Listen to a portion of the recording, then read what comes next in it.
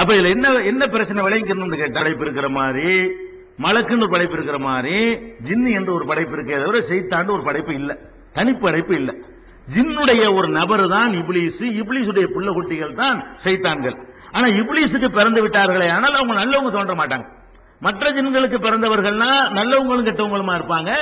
இப்லீஸுடைய புள்ள குட்டிகளா இருந்தார்களே ஆனால் அவங்க எல்லாருமே கெட்டவர்களா இருப்பார்கள் சொல்றோம் இல்லையா? இவங்களும் ஜின்னு தான் சொல்றாங்க, ஜின்னு சொல்லிக்கலாம். அதாவது இப்லீஸையும் சைத்தான்களையும் ஜின் என்று சொன்னால் அதுக்கு அனுமதி இருக்கிறது. மினல் ஜின்னத்தின் அல்லாஹ் சொல்லி காட்டுறான். ஆனா எல்லா ஜின்னையும் சைத்தான் கூடாது. ஜின்னுங்கிற சைத்தான்களை பூரா ஜின்னு சொல்லி போடலாம், ஜின்களை பூரா சைத்தான் கூடாது. ஏன்னா ஜின்கள்ல சைத்தானும் இருக்குது, சைத்தான் இல்லாத மூமினானவர்களும் இருந்து கொண்டிருக்கிறார்கள். அதனால இது ஜின்னுங்கிறது ஒரு பொதுவான வார்த்தை, சைத்தான்ங்கிறது ஒரு குறிப்பான வார்த்தை. இதை விளங்கிக்கணும்.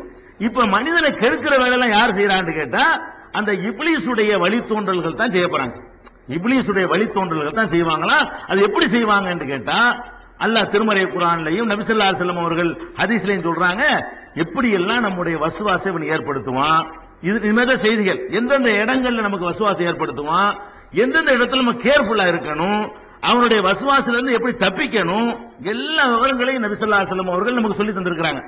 அல்லாஹ் என்ன சொல்றான்னு கேட்டா ஃபர்ஸ்ட் சொல்றான் 7வது அத்தியாயத்துல 27வது வசனத்துல, இந்த சைத்தான்கான இப்லீஸ் இருக்கிறான இவங்களுடைய வகையராக்கள்ல யாரையும் நீங்க பார்க்க இயலாது, பார்க்காம தான் கெடுப்பான். இவங்களுடைய டியூட்டி எப்படின்னு கேட்டா, இப்லீஸை பொறுத்த வரைக்கும் அவர் வந்தாரு, இந்த கதையெல்லாம் சொல்றாங்கல்ல எவ்வளவு மக்கள்லாம், இப்லீஸ் அவனை பார்த்தாரு, அப்துல் காதர் ஜிலானி இப்லீஸ் வந்தான், யாரும் போய் யாரும் பார்க்க இயலாது. இப்லீஸை பொறுத்த வரைக்கும் அல்லாஹ் என்ன சொல்றான்னு கேட்டா, இறை தூதர்களை பார்த்தாங்கன்னு வந்தா நம்ம இறை தூதர் தனி விஷயம், மாணவர்கள் கூட அவங்க பார்ப்பாங்க. இப்லீஸை பார்க்க இயலுமான்னு கேட்டா 17வது அத்தியாயத்துல 7வது அத்தியாயத்துல 27வது வசனம் 7:27 எல்லாம் சொல்லி காட்டுகிறான். இன்னஹு யராக்கும், அவன் இப்லீஸ் உங்களை பார்க்கிறான், ஹுவ வ கபீலு, அவனும் அவனுடைய வகைராக்களும் பார்த்து கொண்டிருக்கிறார்கள். அவனும் பார்க்கிறான், அவனுடைய வகைராக்களும் பார்க்கிறார்கள். மின் ஹைசு லா தரவுனஹும், நீங்கள் அவர்களை பார்க்காத விதத்தில் உங்களை பார்த்துக் கொண்டிருக்கிறார்கள். உங்களுக்கு அவங்கள பார்க்க இயலாது. இப்ப நம்ம பார்த்துட்டு இருக்காங்க, உட்கார்ந்து கேட்டு இருக்கான். இப்லீஸ் இப்ப எல்லா இடத்துலயும் உட்கார்ந்து என்ன செய்யறான், நம்மளை வாட்ச் பண்ணிட்டு இருக்கிறான், நம்மளை கண்காணித்துக் கொண்டிருக்கிறான், கேட்டுக் கொண்டிருக்கிறான். அவனும் அவனுடைய கூட்டத்தார்களும் நீங்கள் பார்க்காத, அவர்களை பார்க்க முடியாத வகையில பார்த்து கொண்டிருக்கிறார்கள் என்று 7வது அத்தியாயத்துல 27 சொல்றான். அப்ப இப்லீஸ் கெடுக்க வருவது என்பது எப்படி என்று கேட்டா, நம்மளுக்கு தெரியாத விதத்துல வந்துகிட்டு இருக்கிறத மூஞ்சிலாவது குத்திருமே. அவன் எப்படி கெடுக்க வர்றான்னு கேட்டா, நமக்கு முன்னாடி வரமாட்டான், நமக்கு முன்னாடி காட்சி தராம உள்ளுக்குள்ள புகுந்துகிட்டு அப்படி எண்ணங்களை போய் மாத்தி விட்டுறான் அப்படிங்கறதுதான். ஆனா ஆதம் அலைஹிஸ்ஸலாத்தை நேரவே கெடுத்திருக்கான். ஆதம் அலைஹிஸ்ஸலாத்தை கெடுத்தலாம் அவங்க இறை தூதருங்கிற காரணத்தினால நேரவே போய் ஆர்கியுமெண்ட் எல்லாம் பண்ணி என்ன சொன்னா, 7வது அத்தியாயம் 20வது வசனத்துல போய் சொன்னா, என்ன சொன்னான்னு கேட்டா, அல்லாஹ் அந்த மரத்தையும் தடுத்தா உங்களுக்கு தெரியுமா, இதை சாப்பிட்டீங்கன்னு வைங்க இங்கே இருந்துருவீங்க, இருக்கக்கூடாதுன்னு அல்லாஹ் உங்களை தடுத்து விட்டான் அப்படின்னு விட்டான். அப்படி சொன்னா நல்லா சொல்லி காட்டுறான். மானஹாக்குமா ரப்புக்குமா அன் ஹாதிஹி ஷஜரத்தி இல்லா அன் தகூனா மலக்கைனி அவ் தகூனா மினல் காலிதீன், நீங்க இதை திண்டீங்க ஒன்னு மலக்கா போயிருவீங்க, இல்லன்னா இங்க பர்மனண்டா இருந்துருவீங்க, அதை தரக்கூடாதுங்கிறதுக்கு தான் அல்லாஹ் நினைஞ்சிருக்கிறான் இந்த மரத்தை சாப்பிடக்கூடாதுன்னு சொன்னான்னு நல்லபடியா பேசினான். இப்படி ஆதம் அலைஹிஸ்ஸலாத்தை நேரடியா போய் பேசினான். இதெல்லாம் வசுவாசத்தை ஏற்படுத்த முடியாது, நேரடியா பேசியிருக்கிறான். அது நபிட்ட எப்படி நடந்திருக்கிறது. அதே மாதிரி 20வது அத்தியாயத்துல 120வது வசனத்துல எல்லாம் என்ன சொல்றான்னு கேட்டா, வசுவச இலைஹி சைத்தான் அவருக்கு தீய எண்ணத்தை போட்டான். கால யா ஆதம், ஆதமே ஹல் அதுல்லுக அலா ஷஜரத்தில் குல்தி, நிரந்தரமாக தங்குவதற்குரிய ஒரு மரத்தை உங்களுக்கு காட்டி தரட்டுமா அப்படின்னு கேட்டான்.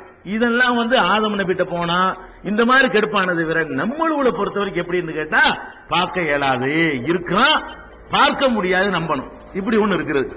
அப்ப நபி ஸல்லல்லாஹு அலைஹி வஸல்லம் ஒரு தடவை சொன்னாங்க, மாமின்கும் மின் அஹதின் இல்லா வகத் உக்கில பிஹி கரீனுஹு மினல் ஜின்னி, உங்கள யாரா இருந்தாலும் சரி ஜின்னுல இருந்து அவனுக்கு ஒரு கூட்டாளி உண்டு. ஜின்னுல சைத்தான சொல்றாங்க, ஜின்னுல இருந்து அவனுக்கு ஒரு கூட்டாளி இல்லாமல் இருப்பதில்லை அப்படிங்கிறாங்க.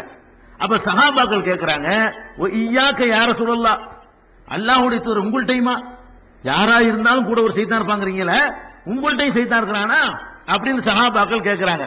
ரசூல் ஸல்லல்லாஹு அலைஹி சொல்றாங்க, என்னிடத்துல தான் உங்கள்ட்ட எல்லாம் சைத்தான் இருக்கிற மாதிரி என்னிடத்திலேயும் தான் சைத்தான் இருக்கிறான் ஆனாலும் இல்ல அன்னல்லாஹ ஆனனி அலைஹி, இருந்தாலும் அவனுக்கு எதிராக அல்லாஹ் எனக்கு உதவி செய்து விட்டான். இருக்கிறான், இல்லாம அல்லாஹ் ஆக்களை எல்லாத்தையும் வச்சு விட்டான்.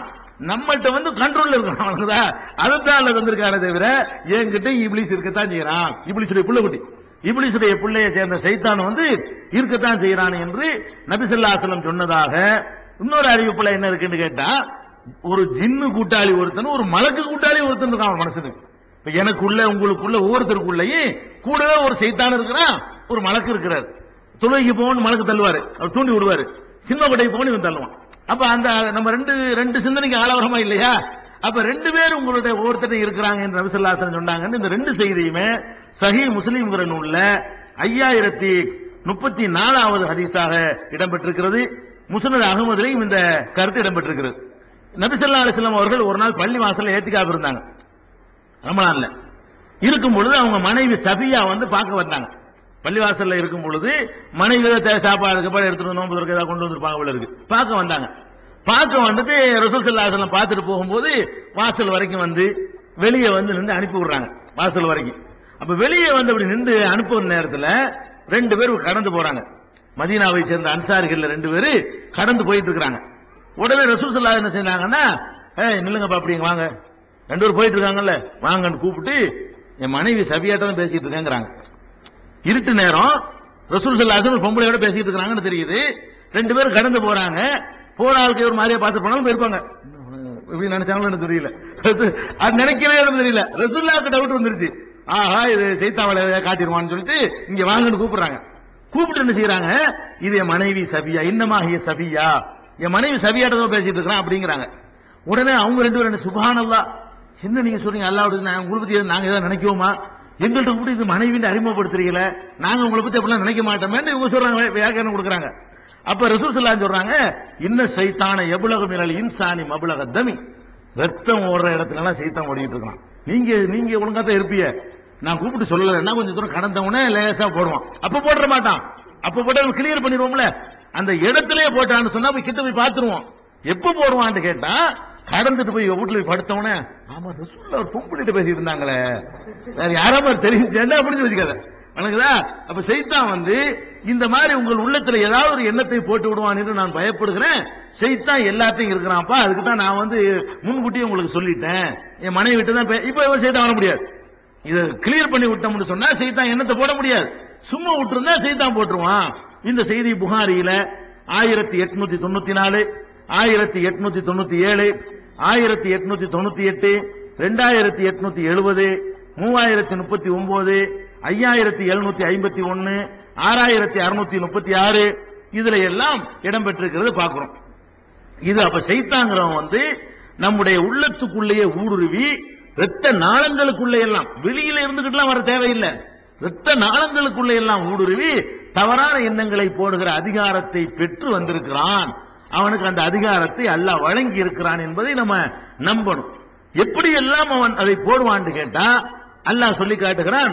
திருமறை குர்ஆன்ல சொல்றான், நபி ஸல்லல்லாஹு அலைஹி வஸல்லம் போல ஹதீஸ்கள்ல சொல்றாங்க, முதல்ல நம்ம அடிப்படை கொள்கையிலேயே ஆட்டங்கான வச்சிருவானா. அடிப்படையான கொள்கை இருக்கு பாருங்களேன், அதுல ஃபர்ஸ்ட் விஷயம் சொல்றாங்க, உங்கள்ட்ட சைத்தான் வருவான். சைத்தான் வந்து மன் ஹலக கதா, இதை படைச்சது யாருன்னு போடுவோம் ஒரு எண்ணத்தை. இது யார் படைச்சா? பூமி யார் படைச்சா? அல்லாஹ். அதை யார் படைச்சா? அதை யார் படைச்சா? அதை யார் படைச்சான்னு போட்டுட்டு வருவானா. கடைசியா வந்து ஹத்தா யகூலு மன் ஹலக ரப்பக, அப்ப அல்லாஹ் யார் படைச்சா அப்படின்னு போட்டுருவானா. சைத்தான் வந்து என்ன அறிவுபூர்வமான மாதிரி கொண்டு போவான். இதை படைச்ச யாரு, சூரியன் யார் படைச்சா, அதை அப்படின்னு கேட்டு வந்துட்டு இருக்கும்போது அதுக்கு வந்து என்ன இருந்துச்சு, இதுக்கு வந்து என்ன இருந்துச்சு போவான். போய்கிட்டே நம்ம கடைசி எங்க கொண்டு நிப்பாட்டிடுவான்னு கேட்டா அல்லாஹ் யார் படைச்சது அப்படின்னு உங்கள்ட்ட போடுவான். பைதா பலகஹு, அந்த நிலை ஒருவனுக்கு வந்து விடுமையானால் அதுக்கு என்ன பண்ணணும்னு கேட்டா, ஃபல் யஸ்தஈது பில்லாஹ் அஊது பில்லாஹி மினஷ் ஷைத்தானிர் ரஜீம் முடிஞ்சு வச்சுக்கிறது. வராது அந்த எண்ணம் வணங்குதா. அதுக்கு போயிட்டு வியாக்கியானம் கேட்டிருக்க கூடாது. இந்த மாதிரி ஒரு எண்ணம் அல்லாஹ்வை யார் படைச்சான்ற லெவலுக்கு வந்துருச்சுன்னு சொன்னா அஊது பில்லாஹி அந்த அல்லாஹ் இடத்துல பாதுகாப்பு தண்ணீன்னு வைங்க, என்ன நினைச்சீங்கிற மறந்து போயிடும். அந்த அளவுக்கு அல்லாஹ்வுடைய பாதுகாப்பு கிடைத்து விடும். அப்ப நம்முடைய கொள்கையை ஆட்டம் காணுகிற விதத்தில் எல்லாம் சைத்தான் வந்து எண்ணத்தை போடுவான். இருக்கிற அல்லாஹ்வை படைக்க முடியும், படைச்சவன் இப்படி அல்லாஹ் இருக்க முடியும்? உண்மைக்கு மாறான ஒரு வசுவசா. அவனை ஒருத்தன் படைச்சான்னு வந்துட்டா அவன் அல்லாஹ் இருக்க முடியாத, யாராலையும் படைக்கப்பட முடியாதவன் தான் அல்லாஹ்.